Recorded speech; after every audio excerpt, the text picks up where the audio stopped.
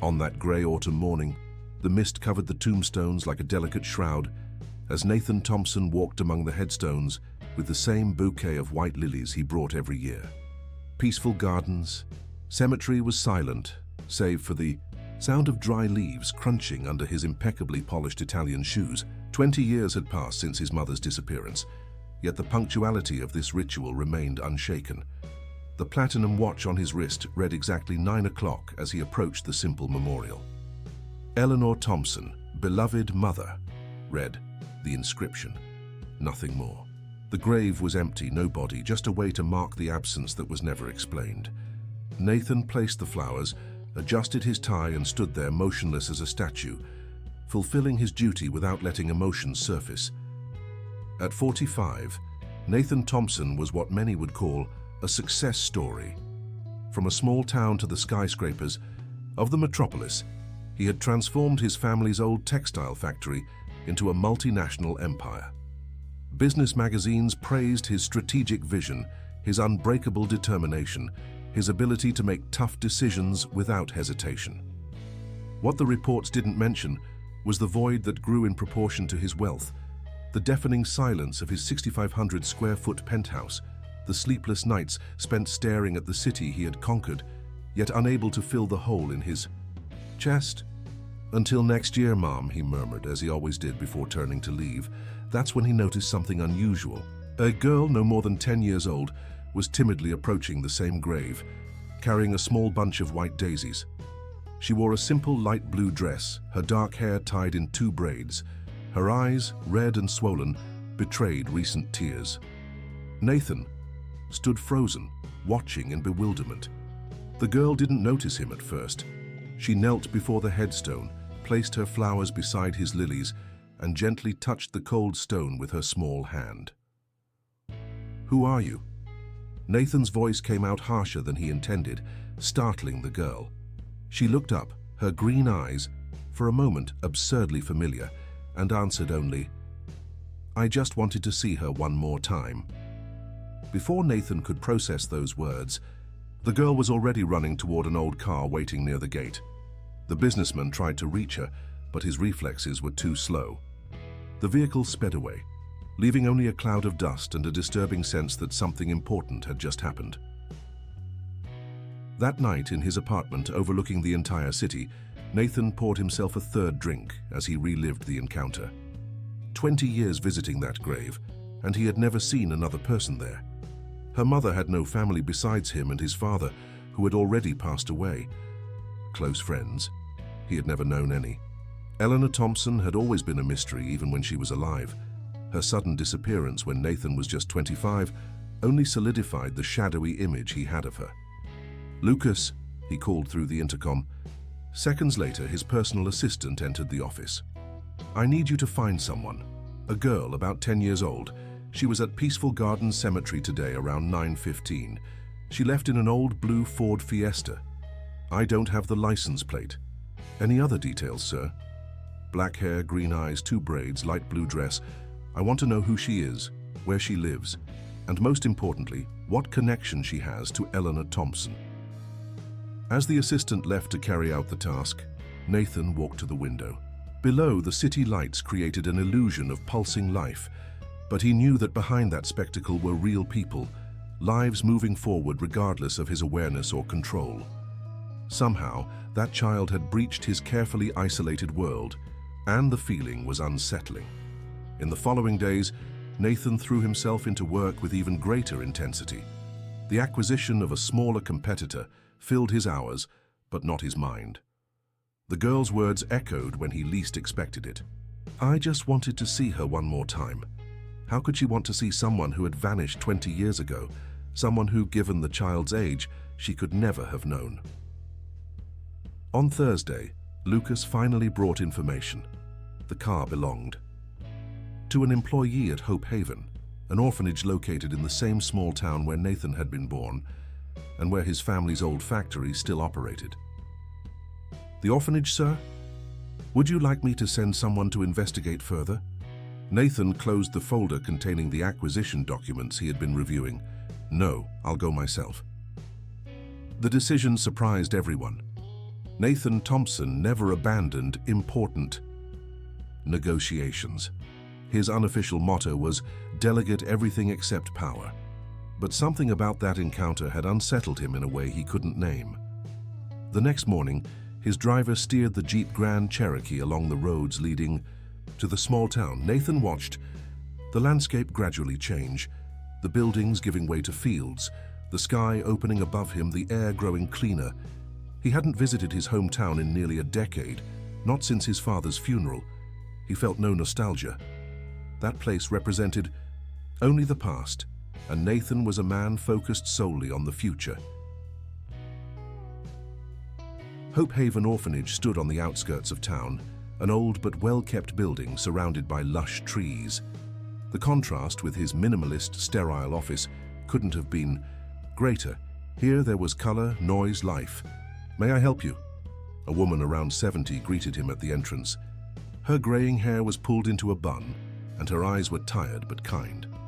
"I'm Nathan Thompson. I'd like to speak with the director." "That would be me, Mrs. Constance. How can I assist you?" Nathan hesitated for a moment. He hadn't planned exactly what to say. "I'm looking for a girl who visited Peaceful Gardens Cemetery last Monday. I have reason to believe she resides in this institution." Mrs. Constance's smile faded slightly. "I'm sorry, Mr. Thompson, but I can't share information about our children with strangers. Privacy policy." "I understand, but this is important. The girl visited my mother's grave, and I'd like to know why." Something in the director's expression shifted, a flicker of recognition that didn't escape Nathan's notice. "Thompson? From the family that owns Thompson Textiles?" "Yes, that's me." A heavy silence settled between them. Mrs. Constance seemed to be weighing something significant. "Many of our children have stories tied to that factory, Mr. Thompson. Parents who worked there, families who depended on those jobs. When the factory modernized and laid off half the workers 5 years ago, many of those children ended up here." The words hit Nathan like a punch to the gut. His decision to automate production had been purely mathematical. Cut costs, increase efficiency, maximize profits. He'd never considered the human impact of that equation. "I didn't know." "Few do or care, Mr. Thompson. Now, if you'll excuse me, we have a busy day ahead, and unfortunately, this place is on borrowed time. Without new sponsors, we'll have to close our doors in 3 months." Nathan looked around, watching children playing in the garden, hearing distant laughter. Suddenly, an idea formed in his mind. "What if I wanted to help? Financially, I mean." The woman's face brightened, but her eyes remained cautious. "You would be most welcome, but why?" "Let's just say I'm reevaluating some decisions." As he signed a generous check for the orphanage, Nathan didn't notice a pair of green eyes watching him through the crack of a slightly open door, eyes that held secrets which would change his life forever. Over the next 2 weeks, Nathan Thompson found himself driving to the small town with surprising frequency, enough to raise eyebrows among his employees. The man who delegated even the choice of his ties was now cancelling important meetings to visit an orphanage on the verge of closing its doors. Each trip was justified as part of a social initiative for his team, but Nathan knew he had become obsessive in his search for the mysterious girl. "You've been very generous," remarked Mrs. Constance as she guided him through the halls of Hope Haven. "The children have noticed your frequent visits. They're curious." Nathan adjusted his tie, uncomfortable in the situation. He wasn't used to environments where his power and money didn't open every door. He had already donated a substantial sum, repaired the leaky roof, and provided new computers for the study room. Still, Mrs. Constance remained firm in refusing to share information about the girl from the cemetery. "I'd like to learn more about the work you do here," he said, trying to sound casual. "Perhaps I could join in on an activity with the children." The director smiled as if she could read his intentions. "We have tutoring sessions on Thursday afternoons. Our volunteers always need help." And so Nathan Thompson, CEO of a billion-dollar conglomerate, found himself sitting in a chair far too small for his frame, surrounded by children struggling with math problems. His discomfort was obvious, but it gradually faded as he realized how eager the kids were for attention and encouragement. "Do you work at the big factory?" asked a boy of about 8 as Nathan helped him with a division problem. "Why do you think that?" Nathan asked, surprised. "My dad worked there. He said men in suits always show up to fire people." Nathan felt his stomach drop. "And where is your father now?" "He went to look for work in another town. He sends letters sometimes." Before Nathan could formulate a response, he noticed a familiar figure in the doorway. It was her, the girl from the cemetery. Their eyes met for a brief moment before she disappeared down the hall. Nathan nearly knocked over his chair as he stood to follow her, but a voice stopped him. "She won't talk to you." The voice belonged to a young woman, maybe 30, with curly hair pulled into a messy ponytail. She wore faded jeans and a t-shirt with the phrase, reading, "Is resistance." Her gaze studied Nathan with a mix of curiosity and suspicion. "Sorry, we haven't been introduced. I'm Nathan Thompson." "I know who you are. I'm Elizabeth Johnson, a volunteer teacher, and that girl you're chasing is named Claire." "I'm not chasing anyone," Nathan defended himself, immediately realizing how strange the situation must seem. "She visited my mother's grave. I want to understand why." Elizabeth crossed her arms. "Claire doesn't speak. Not since she arrived here about 5 years ago." "Doesn't speak? What do you mean?" "Emotional trauma. It happens to a lot of kids who go through extreme situations." She paused, studying his reaction. "What does a businessman like you really want with a traumatized child from an orphanage in a small town?" The direct question unsettled Nathan. In his corporate world, no one would dare question him like that. "I want to help," he replied, surprising himself with the sincerity of his answer. "The orphanage, the children, and especially understanding this girl's connection to my family." Something in Nathan's tone must have sounded genuine, because Elizabeth's expression softened slightly. "Claire communicates through drawings. It's the only way to know what she's thinking." Elizabeth hesitated before adding, "If you really want to help, start by showing up to art class tomorrow at 2. Bring decent drawing supplies, ours are running out." The next day, Nathan cancelled 3 important meetings and arrived at the orphanage with bags full of sketchbooks, professional colored pencils, paints and brushes. He found the art room easily. It was a colorful space where about 15 children were scattered around round tables. Claire sat in a corner, focused on her drawing, oblivious to his arrival. "Look, kids, Mr. Thompson brought gifts," Elizabeth announced with an enthusiasm that contrasted with her coldness the day before. As the children buzzed around the bags, Nathan watched Claire. She showed no interest in the new supplies, remaining absorbed in her drawing. Slowly, he approached and sat in the empty chair beside her. "Can I see what you're drawing?" he asked, keeping his voice soft and gentle. Claire didn't answer or look at him, but she also didn't pull the drawing away when Nathan leaned in to see. It was the figure of a woman with long, dark hair, holding what looked like a notebook or folder. The woman's face had green eyes like Claire's and a serious, determined expression. Nathan felt a shiver run down his spine. There was something familiar about that figure, something that stirred deeply buried memories. "She often draws this same woman," commented Elizabeth, who had appeared silently behind them. "We believe it might be her mother." But Claire arrived, here with no documents or information about her family. How did she get here? She was left at the doorstep with just a backpack containing clothes and a note asking us to take care of her. The note said it was temporary, that someone would come for her when it was safe. That was 5 years ago, and no one ever showed up. "Only you, apparently, at the cemetery." The implication of the words hung in the air for a few moments. Nathan turned his attention to Claire, who was now watching him with those intense green eyes. Suddenly, she tore out a fresh sheet of paper, grabbed a pencil, and began sketching frantically.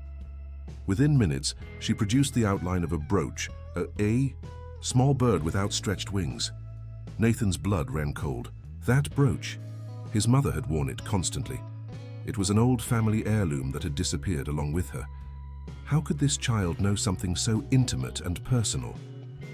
"Claire," he whispered, "where did you see this brooch?" The girl didn't answer, but opened the backpack she always carried and pulled out a small cloth bundle. She unfolded it carefully, revealing the real object, the bird brooch Nathan would recognize anywhere. The brooch of Eleanor Thompson. "My God," murmured Nathan, reaching out with a trembling hand. This was my mother's." Claire shrank back, shielding the brooch, but her eyes conveyed something deep, something complex, that words couldn't express. Elizabeth, sensing the growing tension, intervened. "Claire, it's okay. No one will take this away from you." The teacher gave Nathan a meaningful look, which he understood and acknowledged with a nod. "I don't want to take the brooch. I just want to understand how it ended up with you." Claire relaxed slightly, and in a surprising gesture took Nathan's hand, leading him out of the room. Elizabeth followed them, equally intrigued. The girl guided them to the girls' dormitory and stopped in front of a small bed in the corner.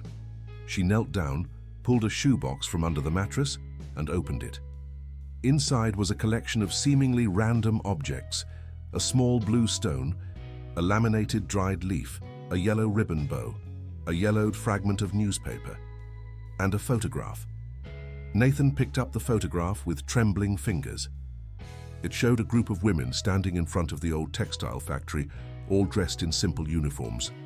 In the center, standing out not because of her clothes, but because of her intense gaze, was Eleanor Thompson, and beside her, a young woman, whose face looked strikingly like Claire's. "Who is this woman next to my mother?" Nathan asked, pointing. Claire gently took the photo from his hands and turned it over. On the back, delicate handwriting, which Nathan immediately recognized. As his mother's read, "Beatrice and me beginning our investigation. May God protect us." "Investigation," Nathan murmured, confused. "My mother was just a housewife. What could she have been investigating?" Elizabeth, who had been watching the scene with growing concern, finally spoke. "Mr. Thompson, I think we need to talk in private. There's something you should know about this region's history and about your factory." The gravity in her voice made Nathan realize he was only scratching the surface of a much deeper mystery, and that the answers might shatter everything he thought he knew about his life, his family, and the empire he had built. The small coffee shop on the town square was nearly empty at that time of the afternoon. Nathan spun his coffee cup between his fingers, trying to process what Elizabeth had just told him. Across the table, the teacher watched him with a mix of pity and resentment. "You really didn't know any of this?" she asked, leaning slightly forward. "How could I? My father always said my mother abandoned us, that she just disappeared one day without explanation." Elizabeth took a deep breath before continuing. "The story that circulates in this small town is very different, Mr. Thompson. Your mother was seen as a hero by many. Eleanor Thompson discovered the factory was dumping chemical waste into the river that supplies the town. Workers were getting sick. Children were being born with health problems." "That's absurd," Nathan protested, but his voice trembled slightly. "My father would never allow something like that." "Your father, with all due respect, was known for prioritizing profits above all else."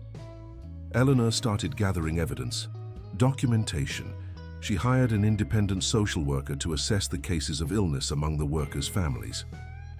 "Beatrice," Nathan murmured, remembering the name in the photograph. "Exactly."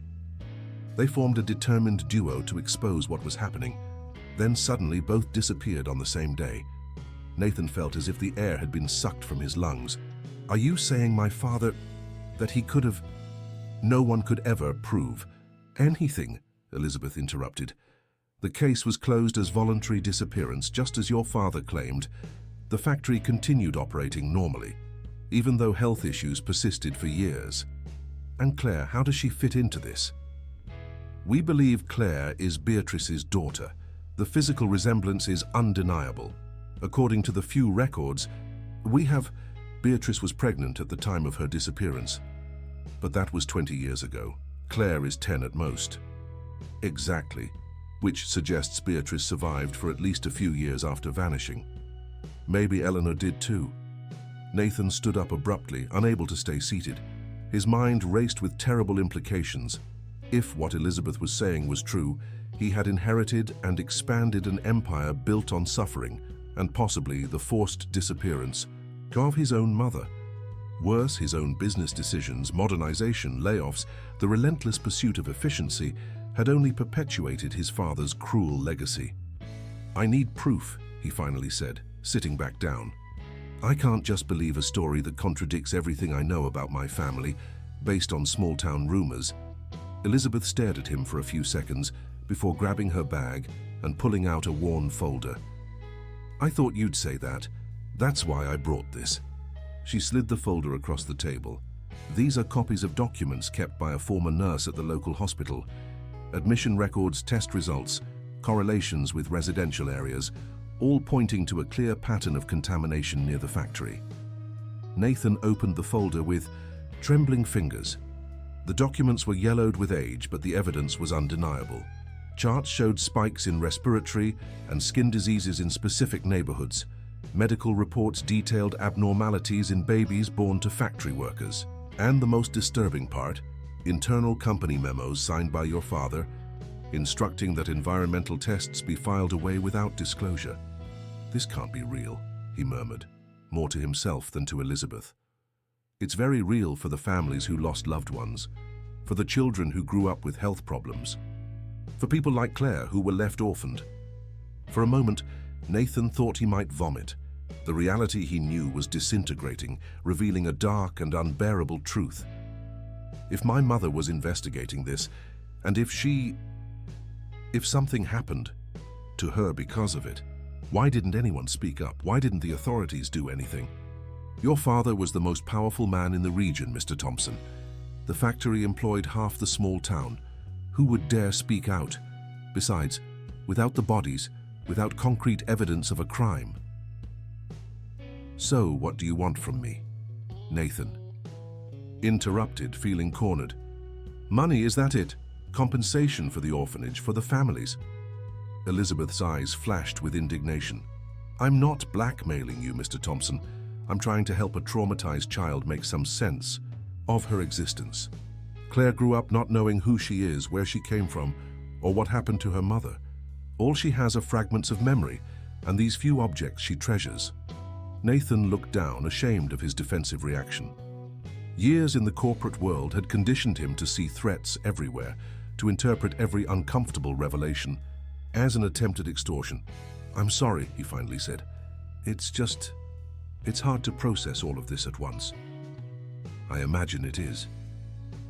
They sat in silence for a few minutes, the weight of the revelations hanging between them like a physical presence. Finally, Nathan asked, "What does Claire know about all of this?" "Very little. We only know she was left at the orphanage with specific instructions to keep her safe and a promise that someone would come back for her. The only concrete connection we have is the brooch, which clearly belonged to her mother, and the photograph. The rest is speculation based on her behavior, the drawings, the few clues we have." "And why did she go to the cemetery on that specific day?" Elizabeth hesitated. "The orphanage director, Mrs. Constance, takes Claire to the cemetery every year on that date. Apparently it was an instruction left with the girl. Take her to see Eleanor on October 12th. She needs to remember." The date of his mother's disappearance. Nathan felt a chill run down his spine. "So Claire and I were meant to find each other?" "Maybe, or maybe it's just coincidence. What matters now is what you're going to do with this information." The question hung in the air, heavy with implications. What should he do? Ignore it all, return to his sterile world of skyscrapers and acquisitions? Dig deeper, risk uncovering even greater horrors about his father, his legacy? Or try in some way to repair damage that seemed irreparable? "I want to see Claire again," he finally decided, "and I want access to all the factory files. I'm going to find out what really happened to my mother and Beatrice." Elizabeth nodded, a small smile forming on her lips. "It's a start." The next day, Nathan entered the factory's administrative building for the first time in years. As the owner, he rarely visited the facilities, preferring to manage everything remotely. The local manager, a middle-aged man named Augustus, seemed nervous about his sudden appearance. "Mr. Thompson, what a pleasant surprise. Had we known about your visit, we would have prepared a proper reception." "I didn't come for receptions. Augustus, I need to review the company's old records, everything from the 90s to around 2005. The manager visibly paled. "Old records? Well, a lot has been digitized, but the physical documents, I believe most were discarded during the transition to the new system." "Discarded? On whose orders?" "Mr. Thompson, your father, I mean. It was shortly before his passing. He insisted it was necessary to clean up the past to move forward with modernization." Nathan felt anger rising inside him. Even in death, his father was still blocking the path to the truth. "I want to see everything that's left, and I want a list of employees who worked here at the time of my mother's disappearance, especially anyone still with us." Augustus swallowed hard but nodded. "I'll arrange it immediately, sir." Over the next few hours, Nathan meticulously examined every available document. Most were harmless: financial reports, inventories, business contracts, nothing suggesting environmental or health issues. His father's cleanup had been thorough. Just as he was about to give up, he found a thin folder hidden between tax reports. Inside were just 3 pages, an internal memo about a surprise environmental inspection that had been handled discreetly, a list of payments with no identified recipients, and a photo from the inauguration of a new factory wing, where in the background, Nathan spotted his mother in an intense conversation with a man he didn't recognize. "Who is this man?" he asked Augustus, showing him the photograph. The manager adjusted his glasses and paled. "That was Anthony Sanders, the chemical engineer in charge of waste treatment. He passed away many years ago. A car accident, if I recall. Conveniently, after my mother's disappearance?"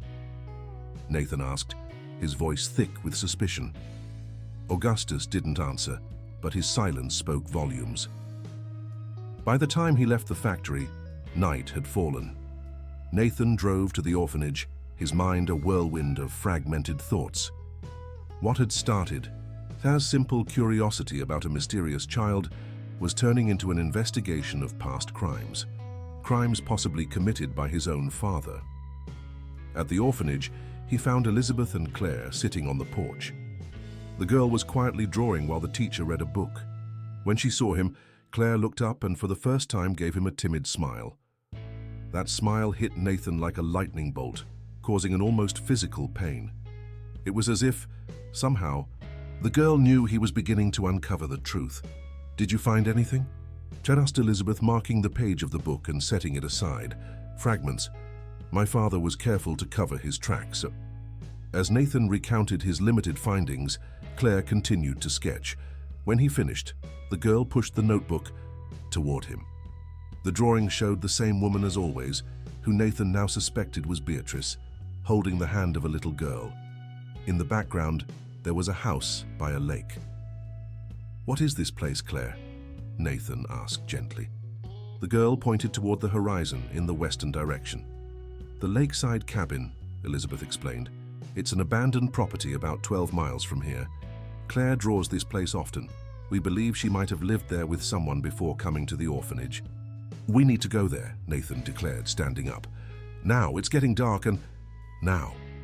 His determination must have been convincing, because Elizabeth simply nodded and went to grab her purse.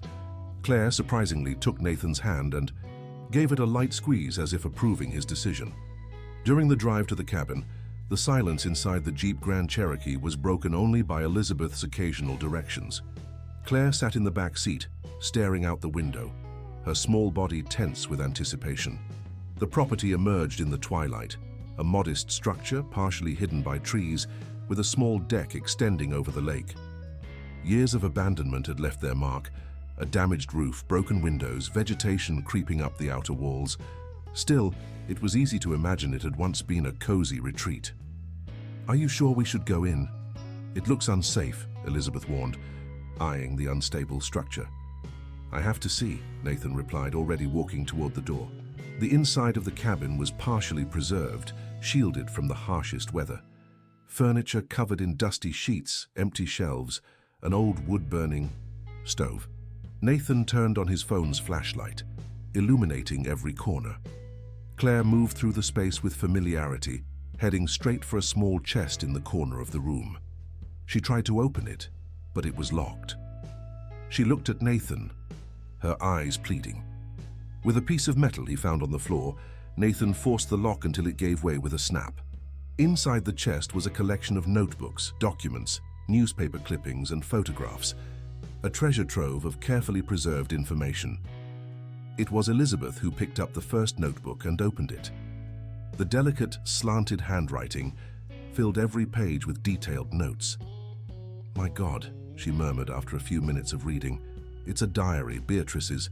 She documented everything, the investigation with her mother, the threats they started receiving, the escape plan, and almost..." She handed the notebook to Nathan, pointing to a specific passage. Her hands trembled. September 22nd. Eleanor is convinced Richard found out everything. She says she saw files being removed from her office. She fears not just for herself, but for her son. If anything happens to her, I must protect Claire. Eleanor, and I made a pact today. If either of us survives, she will care for the other's child. She gave me her bird brooch as a symbol of our promise. Nathan let the notebook slip from his hands. The truth was finally emerging from the shadows, terrible and undeniable. His father had silenced his mother, and Claire. Claire was Beatrice's daughter, the woman his mother had vowed to protect. When he looked up, he found Claire watching, him intently. In that moment, something changed irrevocably. Nathan was no longer just a wealthy businessman trying to solve a mystery. He was the son of Eleanor Thompson, striving to honor a promise his mother could never fulfill. The night was long at the lakeside cabin. Nathan, Elizabeth, and Claire sat in the dusty living room under the dim glow of makeshift lanterns, delving into secrets buried for so many years. Beatrice's diaries revealed a painful story of alarming discoveries, growing threats, and ultimately despair.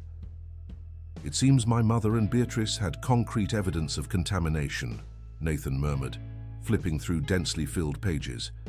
"Soil tests, water samples, medical records, all pointing to the factory. And when they confronted your father..." Elizabeth left the sentence hanging, unable to finish it. He reacted like a cornered predator. Nathan closed the diary, unable to read the disturbing details any further. My own father.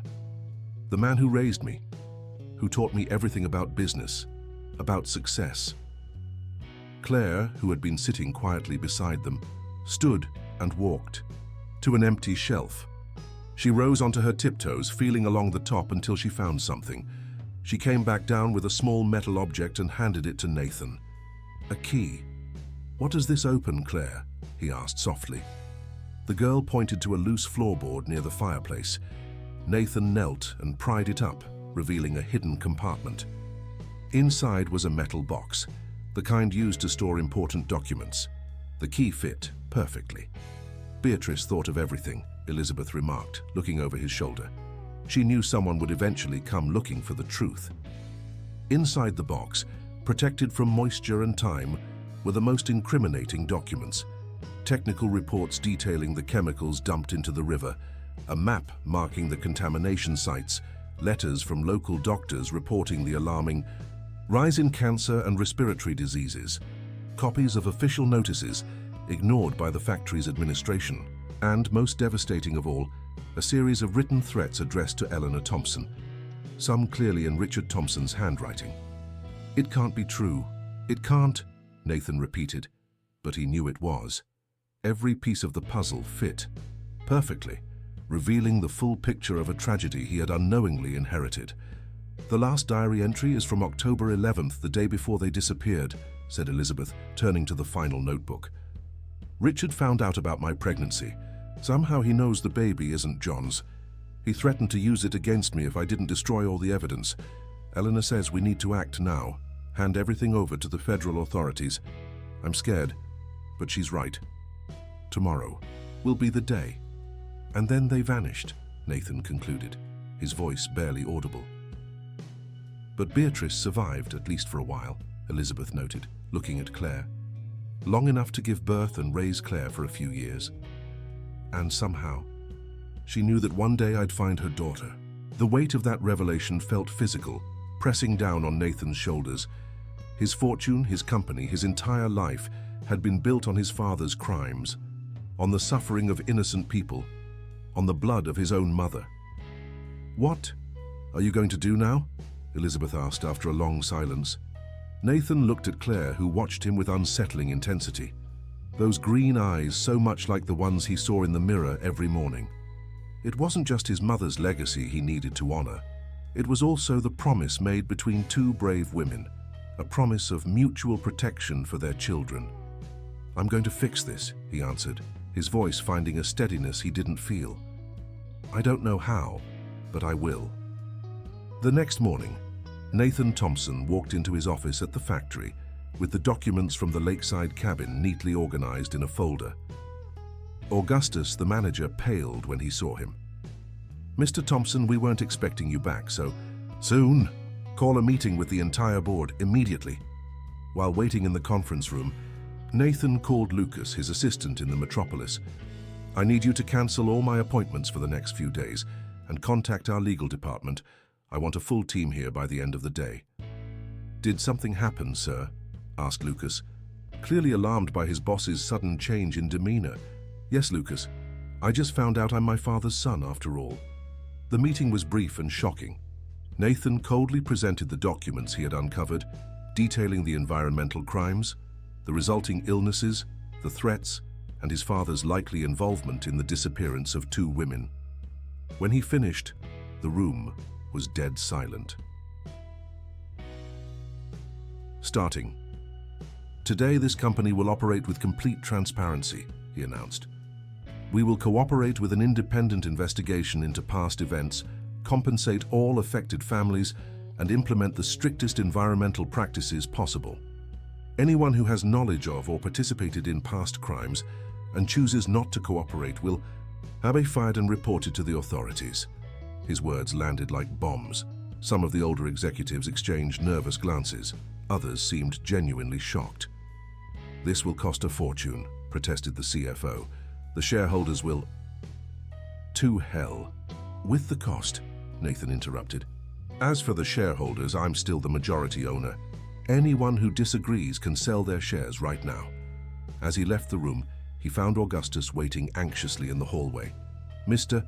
Thompson, I need to speak with you, in private."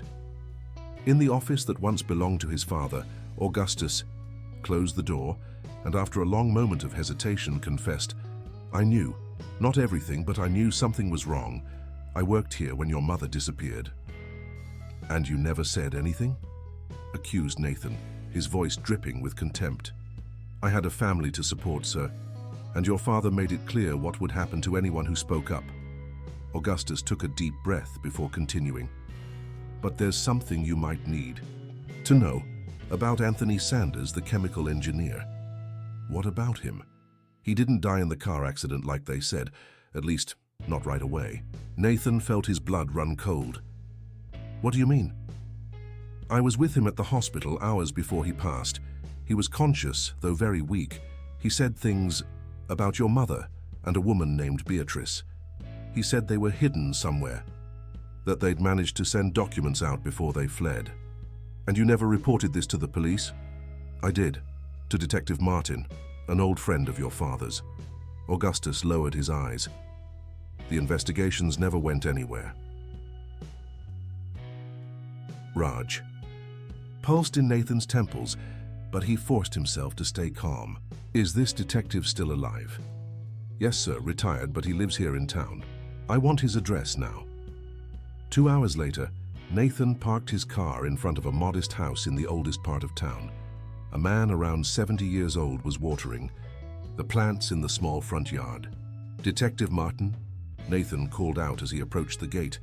The man looked at him with curiosity, then recognition, and finally, most tellingly, with fear. "You're Richard's son. You have his eyes." "No, Detective. I have my mother's eyes. The same eyes you pretended not to see when she begged for your help." The old policeman leaned heavily on the hose handle. "What do you want after all this time?" "The truth, all of it." Inside the modest house, sitting in a worn-out armchair, the former Detective Martin confirmed Nathan's worst suspicions. His father not only knew about the dangerous conditions at the factory, but actively worked to cover them up. When Eleanor and Beatrice began gathering evidence, he mobilized his connections, police, politicians, doctors, to discredit them. "Your mother came to me, showing documents, test results. I should have helped," the old man sighed heavily. "But back then, your father practically ran this town. My salary, my position, my pension, everything depended on him." "And what about the disappearances? Did you turn a blind eye to that, too?" "There was no real investigation. Richard made sure everything was treated as voluntary abandonment. The searches were symbolic at best." "Do you think he killed them?" The former sheriff looked away. "Not with his own hands, but Richard knew people who would solve problems for a price." Nathan felt sick. The image he had of his father, strict but fair, demanding but righteous, completely shattered, revealing a monster he had never truly known. "There was a moment," Martin continued, "about 5 years ago when I thought the truth would come out. A woman showed up at the station, very ill, wanting to file a formal complaint. When she mentioned Eleanor Thompson's name, I immediately recognized her as Beatrice. But before I could record her full statement, she said she needed to retrieve some documents and never came back. 5 years ago," Nathan repeated. "That's when Claire arrived at the orphanage. Claire, Beatrice's daughter." The old sheriff closed his eyes as if struck. "So she managed to protect her daughter at least. That's more than I did for either of them." As he left the former sheriff's house, Nathan felt physically and emotionally drained. The weight of the revelations, the magnitude of the evil his father had committed, the extent of his own willful blindness, it all crushed him. He drove aimlessly through the streets of the small town, passing the town square where he had played as a child. The old movie theater now closed, the school he attended until he was 15, when his father sent him to a boarding school in the metropolis. This town, which had always seemed too small, too suffocating to him, now revealed itself as the setting of a tragedy he had unknowingly inherited. Every corner held a secret. Every building could hide a clue about the fate of his mother and Beatrice. Without realizing it, he ended up parked in front of the orphanage. The sun was beginning to set, painting the sky in shades of orange. In the garden, children played under the supervision of volunteers. Among them was Claire, sitting alone on a bench, drawing as usual. As if sensing his presence, she looked up and saw him. Her small face lit up with a recognition that went beyond their few weeks together. Elizabeth approached the car while he still mustered the courage to step out. "You look terrible," she remarked, leaning against the vehicle's window. "Thanks for the honesty. Did you find out anything else?" Nathan nodded, unable to put into words the horror of the confirmations he'd uncovered. Enough to realize nothing in my life was what it seemed. "And what are you going to do now?" The question hung between them, heavy with possibilities and responsibilities. Before he could answer, his phone rang insistently. It was Lucas, his assistant. "Sir, we have a problem. The rumors about your investigation have already reached the metropolis. The company's stocks dropped 15% today. The board is in panic, demanding explanations. And worst of all, George Miller, our legal director, resigned an hour ago, taking several important documents with him." "George? Why?" "I'm not sure, but he worked for your father before you took over. Maybe he has reasons to fear a full investigation." The mention of the documents taken by George sent an immediate alarm through Nathan's mind.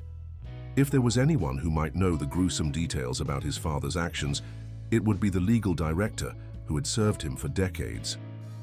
"Lucas, contact the federal police immediately. George might be trying to destroy evidence. And schedule a press conference for tomorrow morning.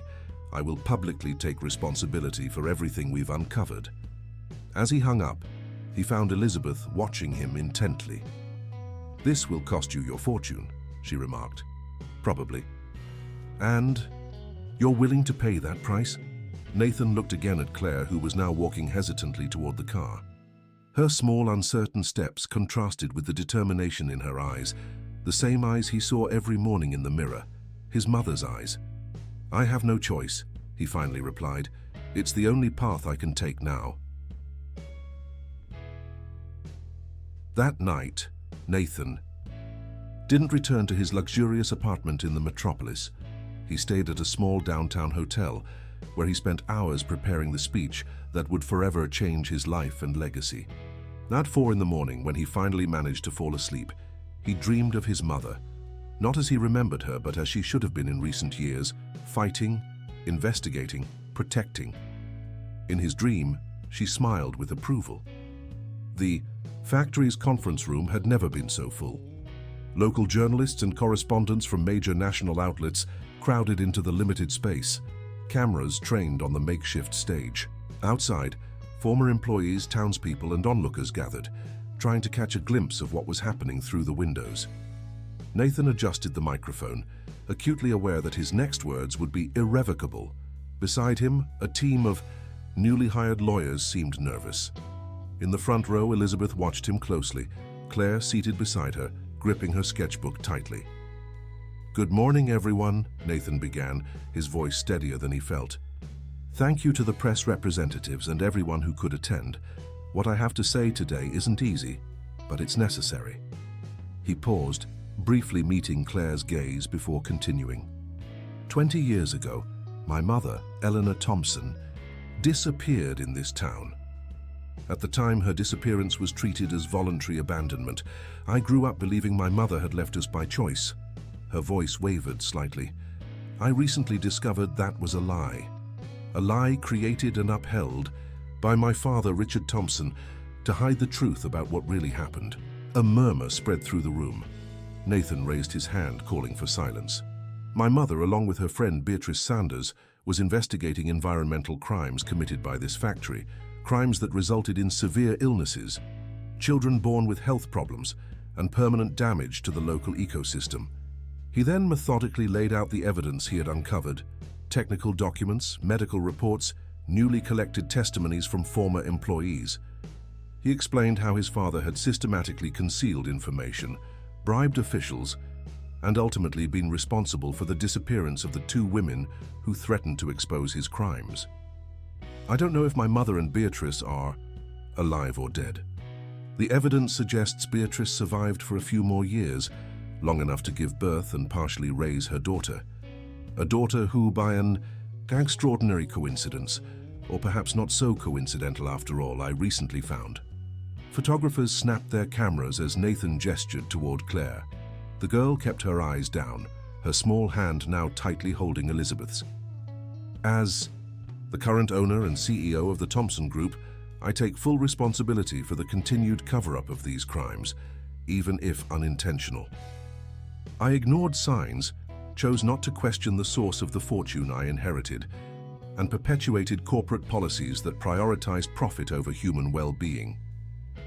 Nathan then announced a series of measures: the creation of a compensation fund for families affected by the contamination, a comprehensive cleanup program for the river and surrounding areas, the rehiring of employees laid off during modernization, funding for an independent investigation into the disappearances of Eleanor and Beatrice, and the transformation of the factory into a model of environmentally responsible production. Finally, he concluded, I am formally requesting that authorities open a criminal investigation into my father's actions and all those involved in the crimes committed. I am prepared to accept any legal consequences for my own complicity, however unintentional. Chaos erupted in the room when he finished. Dozens of questions were shouted at once. Camera flashes exploded in every direction. Reporters jostled to get closer. Nathan answered each question methodically, hiding no details, making no attempt to downplay the gravity of what he had revealed. When he finally managed to leave hours later, he found Elizabeth and Claire waiting in an adjacent room. "You've just signed your financial ruin," Elizabeth remarked, though her tone suggested admiration, not criticism. "Money never brought me happiness anyway." Nathan crouched down to Claire's level. "So? What do you think?"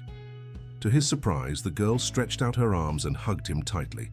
It was a simple gesture, but one filled with meaning, the first true physical contact they had shared. Nathan felt something thaw inside his chest, an emotion he hadn't experienced in so long he barely recognized it. Hope. The following months were a whirlwind. As Nathan had predicted, the Thompson Group's stocks plummeted. Investors fled, business partners terminated contracts, and the press was divided between those who saw him as a courageous hero and those who viewed him as an irresponsible businessman destroying his family's legacy. The police investigation progressed slowly. George Miller, the former legal director, was arrested trying to leave the country with incriminating documents. Other former associates of his father began negotiating plea deals. Piece by piece, the puzzle of Eleanor and Beatrice's disappearance gained more clarity, though a full resolution still seemed distant. Meanwhile, Nathan moved permanently to the small town. He bought a modest house near the orphanage, where he spent more and more of his time. He became a familiar figure to the children, who greeted him eagerly during his daily visits. On a particularly hot summer afternoon, as he accompanied Claire and other children on a walk through the town park, Nathan noticed Elizabeth watching him with a peculiar expression. "What is it?" he asked, joining her on a shaded bench while the children ran across the lawn. "I'm trying to reconcile two images," she replied. "The arrogant businessman who showed up here months ago, wearing expensive suits and demanding answers, and this man in jeans and a t-shirt helping kids build kites." Nathan smiled, looking at his own hands, now calloused from helping renovate. The orphanage, no longer manicured as he once considered essential. "I don't even recognize who I was before. It feels like another life." "Do you regret it? The press conference, the revelations, everything you lost?" He considered the question for a moment, watching as Claire helped a younger girl balance on one of the park benches. "I lost a fortune, but I regained my humanity. I think it was a fair trade." That evening, sitting on the porch of his modest home, Nathan read a book to Claire, a ritual they had established in recent weeks. Although the girl still spoke very little, her non-verbal communication had expanded considerably. Her drawings were less gloomy, her smiles more frequent, her willingness to interact with other children more evident. The phone interrupted his reading. It was the federal police detective in charge of the investigation. "Mr. Thompson, we need you to come to the station tomorrow morning. We found something important." The grave tone in his voice alerted Nathan that this wasn't a routine update. The next morning, accompanied by Elizabeth and Claire, who had vehemently refused to stay behind, Nathan entered the local police station, where a federal police team had set up a temporary base. Detective Oliver, a man in his 50s with a permanently stern expression, greeted them in a private room. "We located a rural property about 125 miles from here, registered under a fake name, but we believe it was used by people hired by your father." He hesitated, glancing at Claire. "Perhaps the girl shouldn't—" "She has a right to know," Nathan interrupted, placing a protective hand on Claire's shoulder. "What did you find there?" The detective placed an envelope and a small cloth-wrapped object on the table. Excavations on the property revealed human remains, 2 individuals. Preliminary analysis indicates they belong to 2 women, with ages consistent with Eleanor Thompson and Beatrice Sanders. Nathan felt the world tilt beneath his feet. Despite his suspicions, part of him had still clung to the hope that his mother and Beatrice might be alive somewhere, hiding, waiting for the right moment to return. That fragile hope now shattered in the face of brutal reality. "DNA tests will confirm the identities in a few weeks," the detective continued. "But we found this with the bodies." He pushed the cloth-wrapped object forward. With trembling fingers, Nathan unwrapped it, revealing a second bird brooch, identical to the one Claire possessed, but more worn. "It was hers," murmured Nathan. "My mother's." Claire, who had been silent as always, suddenly let out a small sound, something between a sigh and a sob. Her eyes filled with tears as she touched the brooch. "2 brooches," she whispered, her voice hoarse from disuse. "A promise?" Those 2 words, the first Nathan had ever heard her speak, fell like lightning in the quiet room. He knelt before her, holding her small hands in his. "Yes, Claire, a promise. The promise my mother made to yours to take care of each other and each other's children." "We also found this," interrupted Detective Oliver, opening the envelope and pulling out an aged flash drive. It was in a metal box buried near the remains. Technicians managed to recover its contents. Minutes later, everyone was staring at a computer screen as a video began to play. In it, Eleanor Thompson and a young woman, whom Nathan recognized from photographs as Beatrice, sat side by side looking tense but determined. "If you're seeing this," began Eleanor, her voice sending shockwaves through Nathan's body, "it means something has happened to us. This is our testimony about the environmental crimes committed by Thompson Textiles under Richard Thompson's direction." The nearly 2-hour video meticulously documented all the evidence they had gathered. It was the final testimony they never had the chance to present officially.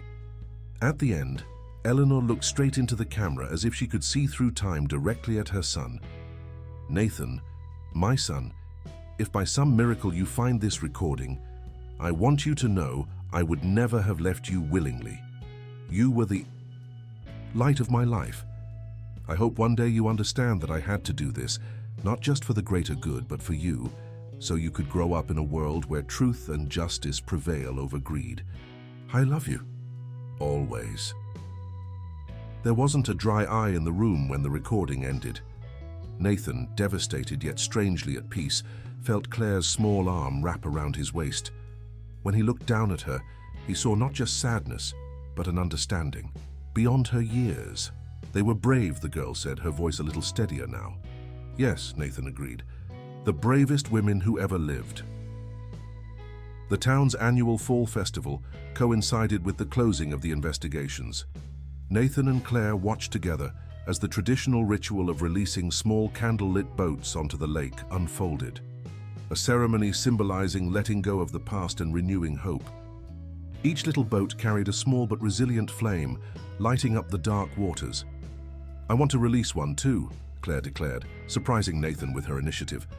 Over the past few weeks, she had begun speaking more, though she still preferred communicating through drawings most of the time. Together, they prepared 2 special boats. On Claire's, she placed a drawing of her mother. On Nathan's, a photograph of Eleanor. Side by side, they knelt at the lake's edge. "Goodbye, Mommy," Claire whispered, gently pushing her boat onto the calm water. "Goodbye, Mom," Nathan echoed, releasing his own. "We finally kept your promise." As they watched the 2 boats sail together, gradually drifting away into the darkness dotted with tiny lights, Nathan felt a presence beside him. It was Elizabeth, who silently intertwined her fingers with his. No words needed to be said. Under the starry autumn sky, a new family was forming, united not by blood or name, but by a promise finally fulfilled and the purest desire to rebuild from the ruins of the past.